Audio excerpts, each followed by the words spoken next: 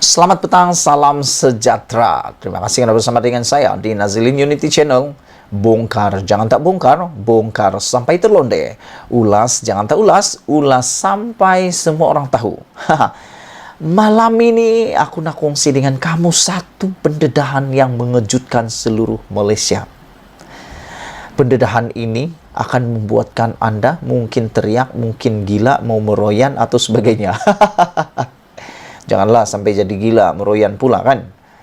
Apa yang mengejutkan penganalisis politik dan pemerhati politik hari ini adalah apabila Tun Mahathir yang sudah tua berusia 96 tahun itu memang benar akan dicalonkan menjadi Perdana Menteri sekali lagi untuk kali ketiga. Wow! Tun Mahathir sudah cipta rekod Perdana Menteri yang pernah jadi 2 kali. Tun Mahathir pun sudah cipta Perdana Menteri paling tertua di dunia. Tun Mahathir pun sudah cipta rekod pernah jadi Perdana Menteri daripada kerajaan menjadi pembangkang pun jadi Perdana Menteri. Kali ini PRU 15 Tun Mahathir mau cipta sekali lagi rekod mau jadi Perdana Menteri kali ketiga. Pada pendapat kamu lah kan, adakah Tun Mahathir ini masih relevan jadi Perdana Menteri? Ini berlaku apabila Parti Pejuang calon Tun Perdana Menteri kali ketiga dipetik dari agenda Dili. Parti Pejuang Tanah Air Pejuang Wilayah Persekutuan mencadangkan pengerusinya yang juga bekas Perdana Menteri 2 kali, Tun Dr. Mahathir Mohamad, mengetuai semula kerajaan jika menang PRU 15 yang dijangka diadakan tahun depan. Kalau tahun depan dibuat PRU, Mahathir akan berusia 98 tahun. Aku puji Tun Mahathir. Aku sebenarnya sangat mengidolakan Tun Mahathir dari segi kepintarannya, dari segi kebolehannya memimpin. Tapi satu perkara yang harus kita ketahui yaitu tubuh badan manusia ini ada limit. Bila sampai limitnya, perlu berehat, perlu mengambil waktu sudah untuk berehat. Bagaimana menjalankan tugas besar, memajukan negara, mentadbir negara, memerlukan pergerakan fizikal ke sana ke sini, berucap pula ke sana ke sini, membuat lawatan ke sana ke sini. Kalau sudah berusia seperti Tun Mahathir 98 tahun, aku rasa pemikirannya masih waras, tapi fizikalnya memang sudah ada batas. Bagaimana lagi dia melawat ke sana sini, menyampaikan ucapan sebagainya. Aku pikir pemikiran yang waras saja tidak cukup dengan fizikal yang sudah menjadi lemah. Aku mau juga Tun Mahathir menjadi Perdana Menteri, tapi kerana tubuh badan yang sudah lemah, sudah tua, perlulah berehat. Itu kita tidak boleh nafikan.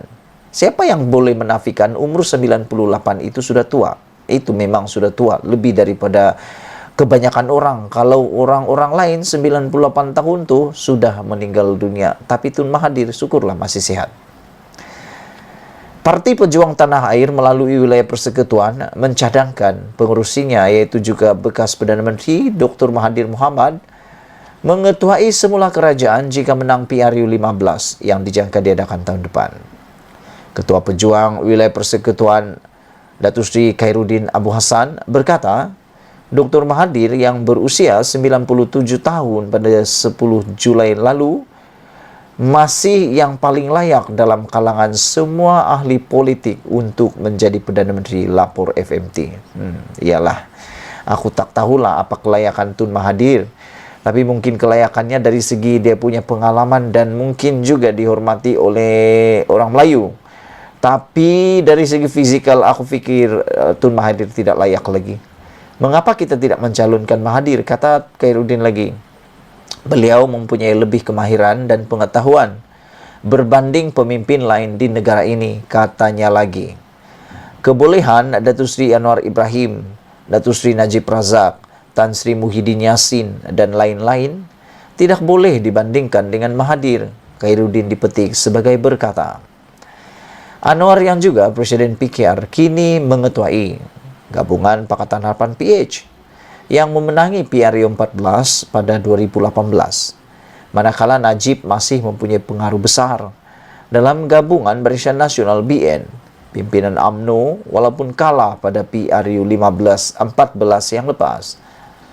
Muhyiddin yang mengasaskan Bersatu bersama Dr. Mahathir membawa parti itu keluar dari PH pada 2020 untuk membentuk gabungan Pakatan Harapan pula Perikatan Nasional apabila beliau menjadi Perdana Menteri. Khairuddin berkata sekiranya Dr. Mahathir menjadi Perdana Menteri sekali lagi, satu pelan induk untuk menyelesaikan semua masalah Malaysia akan disediakan. Sambil menyatakan bahawa ahli Parlimen Langkawi itu tidak pernah goyah dalam perjuangannya untuk menegakkan kebenaran. Pengalaman luas beliau akan membantu membina Malaysia baharu. Tidak ada orang yang lebih baik. Khairuddin dipetik sebagai berkata oleh FMT.